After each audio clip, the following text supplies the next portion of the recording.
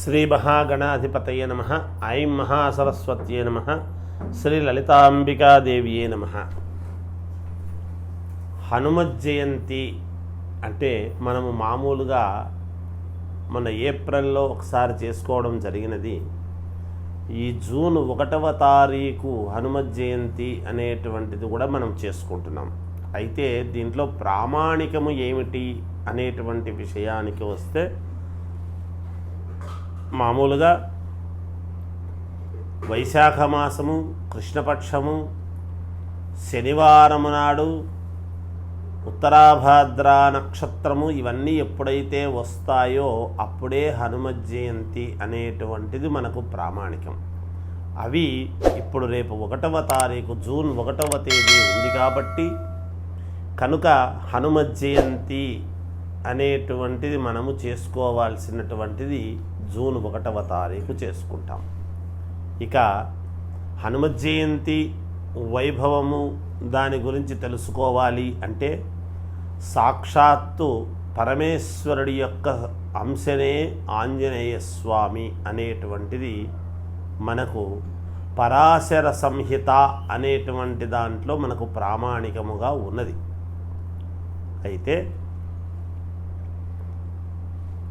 ఏదో పరమేశ్వరుడు శ్రీ మహావిష్ణువు ఒకానొక సమయములో ఇద్దరూ ఒక పందెము వేసుకొని, ఆ పందెములో శ్రీ మహావిష్ణువు గెలిస్తే నేను నీకు దాస్యము చేస్తాను అని పరమశివుడు అన్నాడు.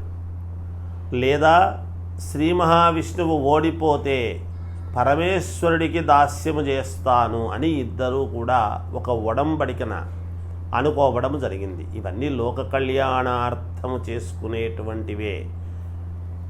ఆ సందర్భంలో మరి శ్రీమన్నారాయణమూర్తి శ్రీ మహావిష్ణువు మాట ఇచ్చిన ప్రకారముగా అది గెలవటము, అందువలన ఆయనేమో శ్రీరామచంద్రమూర్తిగా ఈ భూమి మీద ఉద్భవిస్తే, ఆంజనేయ స్వామిగా అంజనాదేవి కేసరి గర్భవాసమందు పరమేశ్వరుడి యొక్క అంశతో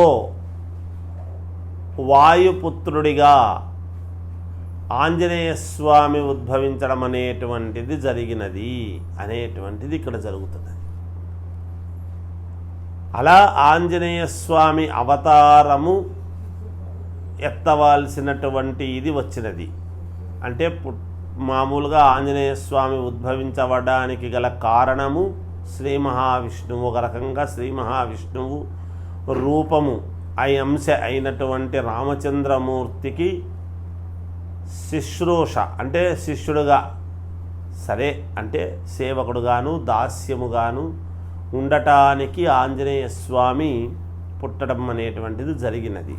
అది రేపు మనము మహావైభవోపేతముగా ఆంజనేయ స్వామి యొక్క హనుమత్ జయంతి అనేటువంటి జయంతిని జరుపుకోబోతున్నాం అనేటువంటిది తెలియజేస్తున్నాను. ఆంజనేయ స్వామిని తలుచుకుంటే అందరికీ అన్ని రకాల జయము కలుగుతుంది, విజయమే కలుగుతుంది గాక. ఆంజనేయ స్వామిని పూజించినటువంటి వాళ్లకు ఎలా నమ్రతగా ఒకరి యందు సేవ చేస్తూ ఉండాలో ఆంజనేయ స్వామిని చూసి నేర్చుకోవాలి. ఎలా కార్య సాధన సాధించాలో ఆంజనేయ స్వామిని చూసి మనము నేర్చుకోవాల్సినటువంటిది ఎంతైనా ఉన్నది. అలాగే వినయము ఎలా ప్రదర్శించాలో రాముల వారి దగ్గర ఆంజనేయ స్వామిని చూసి నేర్చుకోవాల్సినటువంటిది ఉన్నది. అలాగే భక్తి అనేటువంటిది ఎలా మనము భక్తిపూర్వకముగా ఉండాలి అనేటువంటిది కూడా ఆంజనేయ స్వామి దగ్గర నేర్చుకోవచ్చును.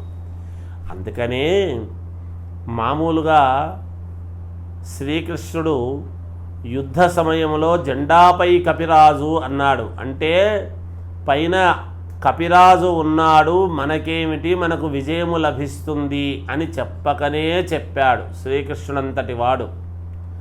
ఆంజనేయ స్వామి ఉంటే అలా జయము కలుగుతుంది అని దాని యొక్క అంతరార్థము. అలాగే ఏ కష్టము వచ్చినా, ఏ ఉద్యోగము రావాలి అన్నా, కళ్యాణము జరగాలి ఇంట్లో పిల్లలకు అన్నా, లేదా ఏదైనా ఆరోగ్యము బాగుండాలి అని అనుకున్నా, ఇలా ఎవరికి ఏ కష్టము వచ్చినా సర్వ కష్టాలు తీర్చగలిగినటువంటి మహనీయుడు ఆంజనేయ స్వామి. ఆ ఆంజనేయ స్వామిని తలుచుకుంటే ఎన్నెన్ని రకాల మేలో చెప్పటానికి శక్యము కాదు. అందుకనే మామూలుగా ఏదైనా ఇంట్లో సమస్య వచ్చింది అంటే ముందు సుందరకాండ పారాయణము చేయించండి అని అంటారు పెద్దలు. ఎందుకు అంటే సుందరకాండలో రాముల వారి యొక్క గొప్పతనం అంతా, మామూలుగా సుందరకాండ అనేటువంటి దీంట్లో రాముల వారి యొక్క ఇది చెబుతూనే ఆంజనేయ స్వామి యొక్క గొప్పతనము, వైభవము అంతా కూడా తెలుస్తుంది.